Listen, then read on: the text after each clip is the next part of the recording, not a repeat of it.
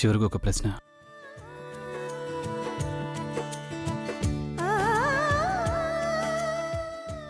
నీకు ఇంత బరువైన డంబెల్స్ ఎత్తడం ఎవరు నేర్పించారు?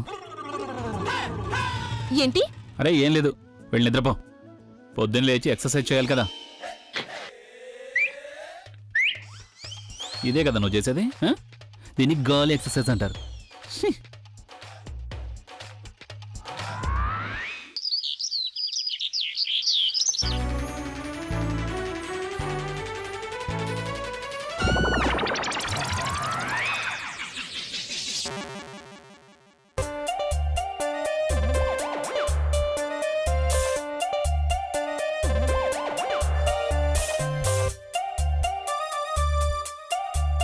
ఇప్పుడుంటుంది మజా.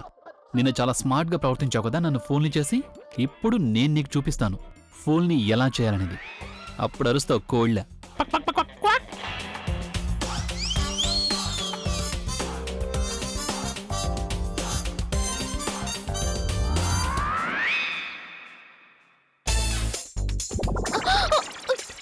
ఏంటిది? అరే నువ్వే అంటుంటావు కదా లౌడ్ మ్యూజిక్ పెట్టుకుని ఎక్సర్సైజ్ చేస్తే బాగుంటుందని.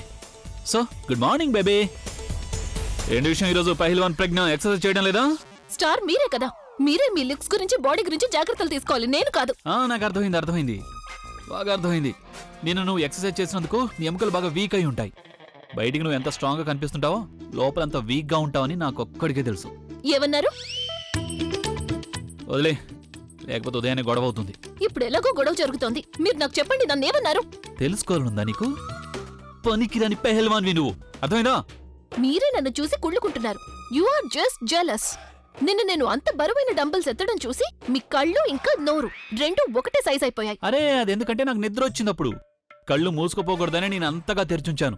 అలాగే ఇంత వస్తుంటే నోరు అలా తెరిచుంచాను. ఇప్పుడు నీకు ధైర్యం ఉంటే మళ్ళీ ఎక్సర్సైజ్ చేసి చూపించు. కమాన్. ఈ రోజు నాకు మూడ్ లేదు. నీకు మూడ్ లేదా లేక ధైర్యం లేదా? మీరు నన్ను ఛాలెంజ్ చేస్తున్నారా? ఇలా చూడు, ఛాలెంజ్ అనేది మనకి సరి సమానంగా ఉండే మనుషులతోనే చేసుకోవాలి. మరి నేనెక్కడున్నాను, నువ్వు ఎక్కడున్నావు? చూడు, డంబెల్స్ ఎత్తేటప్పుడు కాస్త జాగ్రత్త, లేకపోతే డంబెల్స్ ని మీద పడ్డాయనుకో నువ్వు వాటి కింద పచ్చడైపోతావు. అర్థమైందా? I will prove you wrong. You just wait and watch. Wait చేస్తున్నాను నేను ఆల్రెడీ. ఇప్పుడు ఉంటుంది అసలైన మజా. పావని నకిలీ డంబుల్స్ బదులు అసలైన డంబుల్స్ పెట్టేసింది. ఇప్పుడు ప్రజ్ఞ వాటిని ఎత్తుతుంది కదా, ఆ బరువుకి 2-3 బోన్స్ అన్న వాటి ప్లేస్ నుంచి జారిపోతాయి. 4 3 2 1.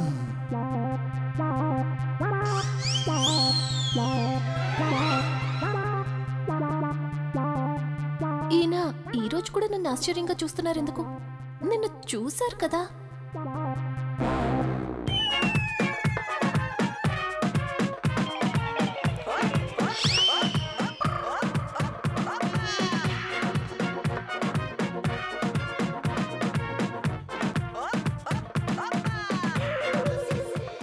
హౌ ఇట్ పాసిబుల్ యార్? నువ్వు 20 కిలోల డంబెల్స్ ని అంత తేలిగ్గా ఎత్తేస్తున్నావు. ఇంత బలం ఎలా వచ్చింది నీకు? అరే హౌ? నాకోసారి ఇవ్వు. లేదు, ఇవి నా డంబుల్స్ కదా. ఒకసారి ఇటివ్వు. ఇటివ్వు నాకు. లేదు, అరే ఇవ్వమన్నా. నేను చూపించను. ఇవి నా డంబుల్స్, నేను మీకు చూపించను. చూడండి, మీరు నేను ముట్టుకోకూడదు. ఇవి నా డంబుల్స్, ముట్టుకోకండి, వదలండి.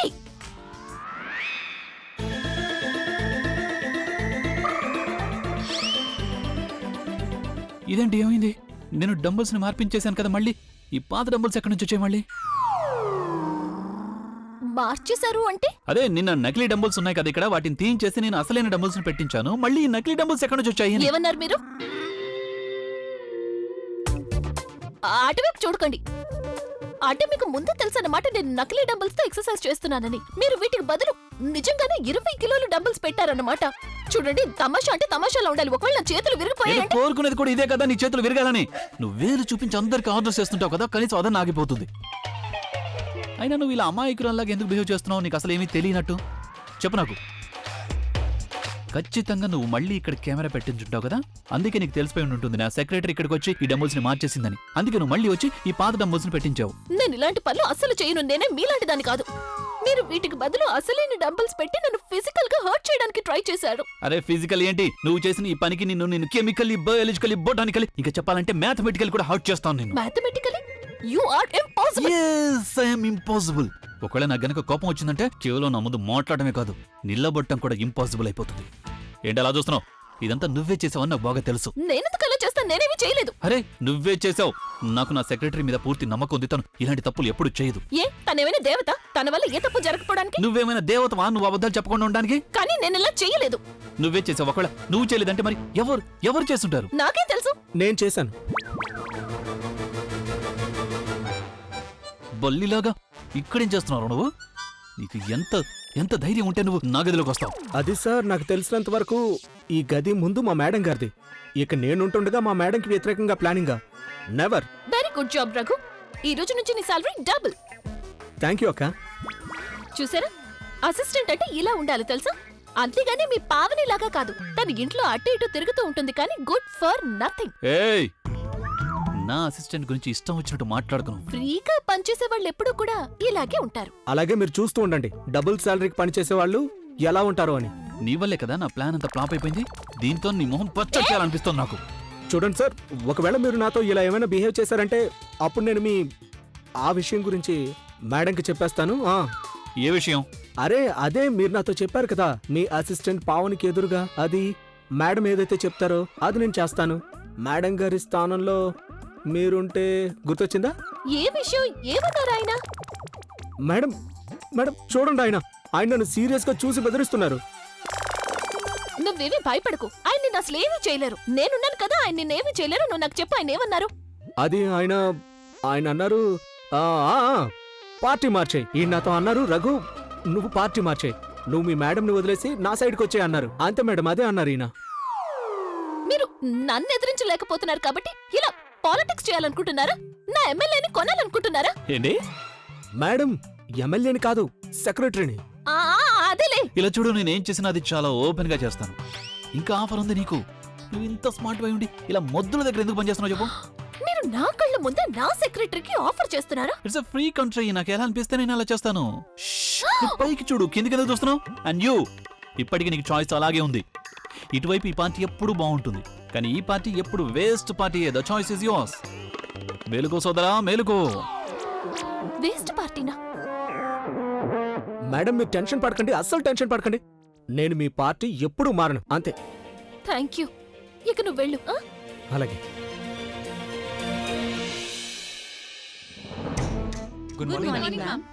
Good morning. నేను ముందుగానే ఈ సీడీ గురించి అందరి ముందు మాట్లాడి ఆ తర్వాత దీన్ని క్యాబిన్లో పెట్టాల్సి ఉంటుంది. ఆ తర్వాత ఇదే సీడీని ఎవరికీ తెలియకుండా దొంగిలించాలి. అప్పుడు ఎవరికీ నా మీద అనుమానం రాదు. తేజ ఎక్కడా? Good morning ma'am. Good morning Teja. మీరందరూ కూర్చోవచ్చు. తేజ, ఇది అన్నయ్య స్క్రాచ్ మ్యూజిక్ కి సంబంధించిన ఒక సీడీ. అదేంటంటే దీన్ని చాలా జాగ్రత్తగా పెట్టాల్సి ఉంటుంది. అందుకని నేను దీన్ని నా క్యాబిన్ లో పెడుతున్నాను. ఎవరు నా క్యాబిన్ లోకి రాకుండా నువ్వే జాగ్రత్తగా చూసుకోవాలి. Yes ma'am. Good, thank you. చూడు బుల్బుల్, నువ్వేమీ టెన్షన్ పడద్దు. అంత ప్లాన్ ప్రకారమే జరుగుతోంది. Everything is under control. Okay అక్క, కానీ ఆలియాకి నీ మీద అనుమానం ఏం రాలేదు కదా? అనుమానం ఎలా వస్తుంది? తనలాంటి పిచ్చి ముద్దుని నేను ఈ రోజు వరకు చూడలేదు. బుర్రుంటేనే కదా తనకేమైనా తెలియడానికి. అయినా డబ్బు కోసం నేను తన పరిస్థితిని ఎలా చేశాను అంటే, నేను ఏం చెప్పినా సరే అది తను చేసి తీరాల్సిందే. అది కూడా అసలు తనకి తెలియనే తెలీదు నేను ఎంత పకడ్బందీగా ప్లాన్ వేశాను అని. తను వేసే ఒక్క తప్పుడు స్టెప్ వల్ల తను పూర్తిగా ఇరుక్కుపోతుంది. ఆ తర్వాత ఎప్పుడు కూడా నాతో పెట్టుకునే ధైర్యం చేయలేదు తను. అలాగా అయితే నా గురించి మాట్లాడుతుందన్నమాట. అవునక్క, మనం ఎలాగైనా ఆలియాను రెడ్ హ్యాండెడ్ గా పట్టుకోవాలి. అప్పుడే మన మిషన్ కంప్లీట్ అవుతుంది. మిషన్ ఎలాగైనా కంప్లీట్ అవ్వాల్సిందే, కానీ దానికంటే ముందు తనని మొత్తం ఫ్యామిలీ ముందు అవమానించాల్సి ఉంటుంది. ఆ తర్వాత ప్రపంచం ముందు. అప్పుడే కదా అందరికీ తెలుస్తుంది. ఇలా అమాయకపు మొహం ఉన్న వాళ్ళు కూడా ఎన్నో తప్పులు చేస్తూ ఉంటారు, మోసాలు చేస్తూ ఉంటారు, ఫ్రాడ్ చేస్తూ ఉంటారు అని. అప్పుడు వాళ్ళు ఇంటి నుండి బయటికి వెళ్ళాక కనీసం రోడ్డు మీద నిలబడే ధైర్యం కూడా ఉండదు వాళ్ళకి. అప్పుడు నువ్వెవరో తెలియదు, కానీ నేను చెప్పేది జాగ్రత్తగా విను. నువ్వెవరితో అయితే మాట్లాడుతున్నావు తను చాలా పెద్ద మొద్దు. ఇన్ఫాక్ట్ మొద్దు మాత్రమే కాదు, నంబర్ 1 అబద్ధాలు కోరు, ఇంకా పెద్ద మోసగత్తి కూడా. ఒకవేళ తను అందరినీ కంట్రోల్ చేయగలదని తనకు అనిపించిందంటే అది తన అపోహ మాత్రం. ఎందుకంటే తను మర్చిపోతుంది ఎవరైతే వల విసురుతారో వాళ్లే అందులో ఇరుక్కుంటారు అని. అయినా తను నన్నేం చేయగలదు? I am Abhi the rock star. నేను లోపల ఎలా ఉంటాను బయటికి కూడా అలాగే ఉంటాను. ఓ నో, నేను ఈయన గురించి మాట్లాడుతున్నాను అని ఈయన అనుకుంటున్నట్టున్నారు. కానీ ఈయన బుల్బుల్ నంబర్ చూడలేదు కదా. ఒకవేళ నేను తనకి నా నిజ స్వరూపం చూపించానంటే అప్పుడు తను ఇంట్లో ఉండలేదు, బయట ఉండలేదు.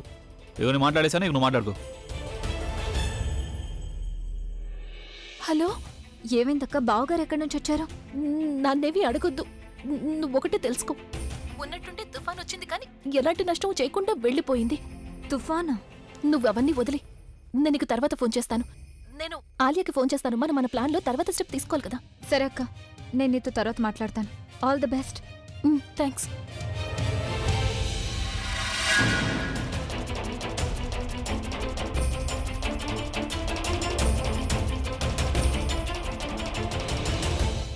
సీడీని ఇక్కడే పెట్టాలా లేక దీన్ని నాతో పాటే తీసుకెళ్లాలా? ఏం చేయాలి? ఎవరు చూడకూడదు, నా మీద అనుమానం రాకూడదు.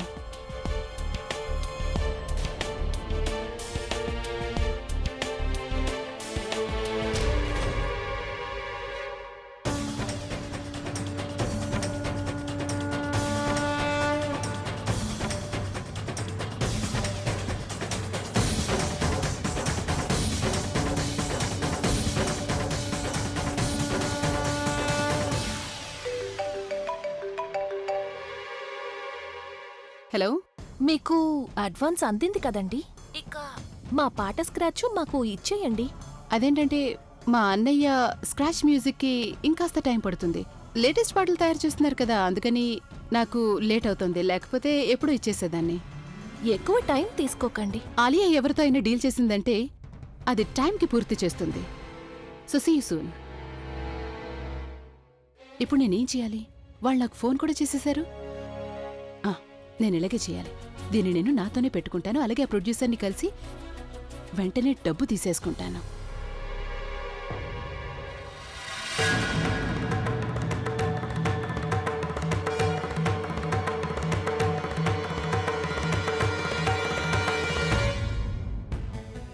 ఇఫ్ ఐఎమ్ నాట్ రాంగ్, ఇది మీ అన్నయ్య తయారు చేసిన latest scratch CD అయ్యుంటుంది, right?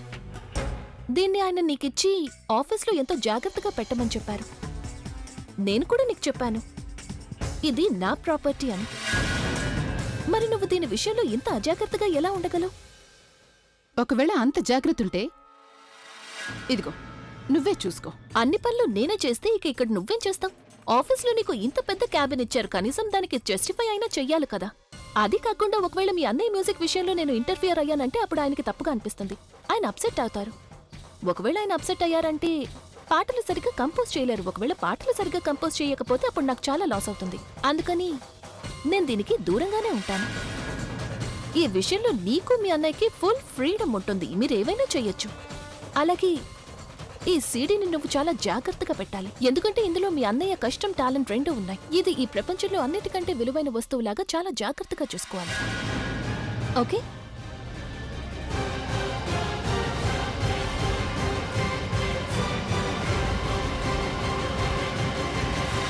Praveen, నువ్వు ఎక్కడికి వెళ్ళా? నేను నీకోసం వెయిట్ చేస్తున్నాను. అరగంట అయింది, నువ్వు కనీసం ఫోన్ కూడా చేయలేదు. యాక్చువల్లీ అది నువ్వు నాకేం చెప్పదు ప్రవీణ్. నువ్వు నన్ను క్వశ్చన్స్ అడిగినప్పుడు దానికి జవాబు వినాలి కదా. నువ్వేదో ఒక సాకు చెప్తావని నాకు బాగా తెలుసు ప్రవీణ్. నాకు సాకులు అసలు ఒక్క నిమిషం, నేనెందుకు సాకులు చెప్తాను? What do you mean? అంటే ఇదంతా నా తప్పంటావా? ఐ మీన్ అవును, నువ్వు ఇదే కదా చెప్పాలనుకుంటున్నావు, ఇదంతా నా తప్పు. నేను అలా అనలేదు. కానీ ఈసారి నేను ఈ మాటలు విందల్చుకోలేదు. I'm not going to talk to you at all. Bulbul, నేను చెప్పేది విను. ఎందుకు మాట్లాడు? నేను నీకు ఫోన్ చేయడానికి ట్రై చేస్తూనే ఉన్నాను, కానీ అసలు నీ ఫోన్ కలవకపోతే నా తప్పే ఉంది చెప్పు. నేను నీతో మాట్లాడడం కుదరకపోతే ఎలా చెప్పగలను నేను లేటుగా వస్తానని? ఇంతకీ నువ్వెవరితో మాట్లాడుతున్నావు? ఇంకెవరో అబ్బాయితో మాట్లాడడం లేదు కదా? ప్రవీణ్, నువ్వు నన్ను అనుమానిస్తున్నావా? బా తల్లి, నేను నిన్ను అనుమానించట్లేదు, నేను జోక్ చేస్తున్నాను. జోక్ కాదు, నువ్వు నన్ను అనుమానిస్తున్నావు. బుల్బుల్, నేనేం నిన్ను అనుమానించట్లేదు. నేను కల్లో కూడా అలా చేయలేను. నీకు చెప్పాను కదా, నీకు కాల్ చేయడానికి ట్రై చేశాను, కానీ అసలు నీ ఫోనే కలవలేదు. నీకు చెప్పాలనుకున్నాను, నా కార్ టైర్ పంచర్ అయింది, అందుకని నేను లేటుగా వస్తాను అని. నేను మీ మమ్మీకి కూడా ఫోన్ చేశాను, కానీ ఆవిడ ఫోన్ కూడా కలవలేదు. నువ్వు నన్ను ఇంతగా అనుమానిస్తున్నావా? ఆఖరికి మా అమ్మకు కూడా ఫోన్ చేసావా? లేదు, అసలు అలాంటిదేమీ లేదు తల్లి. అయినా నువ్వు ఇంత చిన్న విషయాన్ని ఎందుకు ఇంత పెద్ద చేస్తున్నావు? ఇది చిన్న విషయంలో అనిపిస్తుందా? ప్రేమలో అన్నిటికన్నా ఇంపార్టెంట్ నమ్మకం. నాకు నీతో అసలు మాట్లాడాలని లేదు. బుల్బుల్, నేను చెప్పేది విను. బుల్బుల్, ఇంకెప్పుడు నువ్వు మళ్ళీ ఇలా అనొద్దు. నాకు నీ మీద నమ్మకం లేదని. నా మీద కంటే నాకు నీ మీదే నమ్మకం ఎక్కువ ఉంది. ఇక నాకు నా బుల్బుల్ గురించి చాలా బాగా తెలుసు. నువ్వు ఏమైనా చేయగలవు, కానీ ఎవరి నమ్మకాన్ని వమ్ము చేయలేవు. ముఖ్యంగా మీ అమ్మ, ప్రజ్ఞ వదిన, అలాగే నా నమ్మకాన్ని.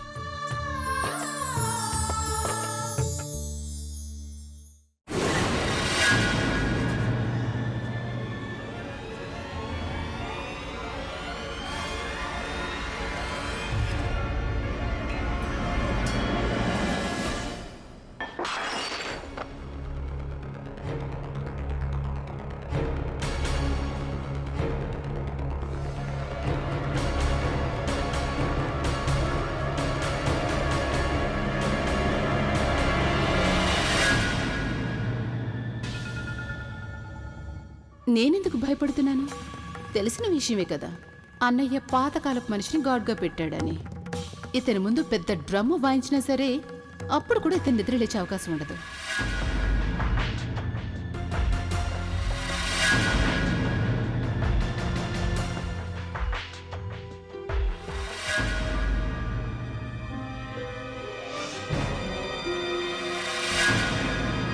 డామ్, ఇతనెందుకు లేచాడు?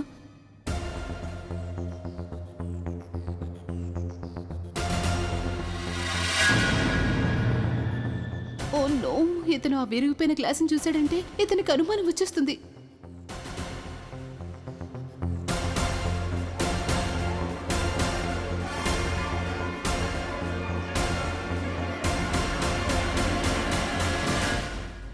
ఫైనలీ నా పని పూర్తయిపోయింది.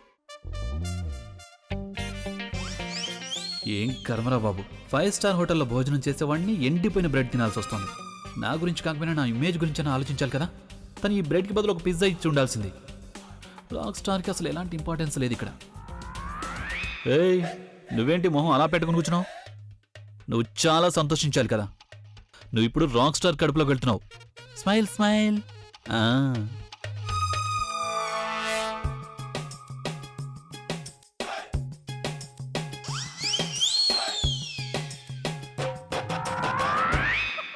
నీకు కొంచెం కూడా సిగ్గు అనిపించట్లేదా? మేమంతా ఇక్కడ ఆకలితో చేస్తున్నాం, కానీ నువ్వు ఇంత టేస్టీ భోజనం తింటున్నావు. అది కూడా కడుపు నిండా కాదు, ట్రే నిండా. నేనెవరిని ఆకలితో చావమని చెప్పలేదు. కిచెన్లో బోల్డన్ని సామాన్లు పడున్నాయి. దేవుడు మీకు 2 చేతులు ఇచ్చాడు కదా. మీరు వెళ్ళండి, భోజనం తయారు చేసుకోండి, అలాగే తినండి.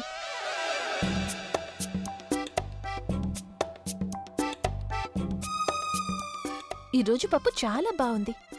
వాసన గుమగుమలాడిపోతోంది. ఇక ఈ నవరత్న కుర్మా, ఇది మీకు చాలా ఇష్టం కదా. ప్రతి దానికి జవాబు ఉంటుంది తన దగ్గర. ఇప్పుడు నేను తన భోజనం అంతా తినేసి తనేమో గిన్నెలు నాకుతూ ఉండాలంటే ఏం చేయాలి నేను? అన్నట్టు చెప్పడం మర్చిపోయాను. వాడెవడు, అదే చెంచాగాడు, అదే పేరు రఘు రఘు రఘు వచ్చాడు నిన్ను కలవడానికి. నీతో ఏదో అర్జెంట్గా మాట్లాడాలట. ఎంతసేపు అయింది? ఇప్పుడే 2 సెకండ్లు 2 నిమిషాల ముందు. ఇక్కడే ఎక్కడ ఉండుంటాడు. అవునా, నేను తనకి ఒక ముఖ్యమైన పని చెప్పాను. బహుశా దాని గురించి మాట్లాడడానికి వచ్చుంటాడు. నేను ఇప్పుడే ఇది నా భోజనం. నేను ఇప్పుడే వస్తాను. దీన్ని చూసే ధైర్యం కూడా చేయకండి.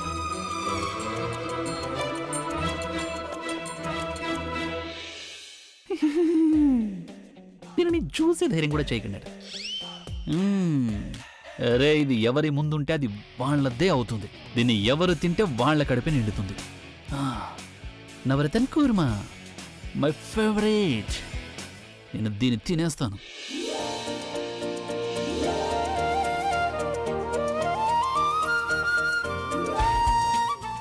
ఎన్నో రోజుల తర్వాత నేను మీకోసం వంట చేశాను. మీ మొహం చూస్తేనే తెలుస్తోంది మీకు బాగా నచ్చింది అని. మీరు కడుపు నిండా తింటే నా కడుపు నిండిపోతుంది.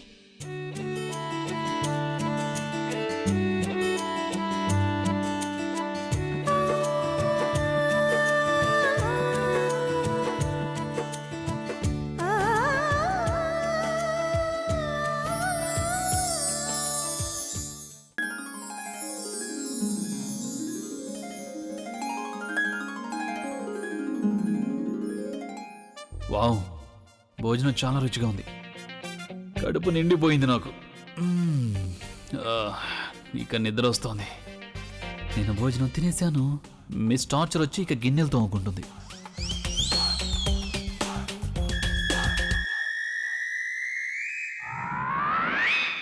ఇందులో భోజనం ఏమైంది? అది వెళ్లాల్సిన చోటుకి వెళ్ళింది. కానీ ఇది నా భోజనం. ఇలా చూడు, ప్రతి అన్నం మెతుకు మీద తినేవాడి పేరు రాసుంటుందట. అంటే ఇన్ఫాక్ట్ ఇప్పుడే కదా నువ్వు అన్నావు. అదే, ఇంట్లో బోలెడన్ని సామాన్లున్నాయి, భగవంతుడు 2 చేతులు ఇచ్చాడు. అందుకే వెళ్ళి వంట చేసుకుని తిని పడుకో. మీరు చేసింది చాలా పెద్ద తప్పు. చూడు, బహుశా నీకు తెలియదేమో కానీ మంచి ఫుడ్ తిన్న తర్వాత నిద్ర బాగా వస్తుంది నాకు. అందుకే నేను వెళ్ళి పడుకోబోతున్నాను. రేపు ఉదయం ఆఫీస్ కూడా వెళ్ళాలి కదా. Good night.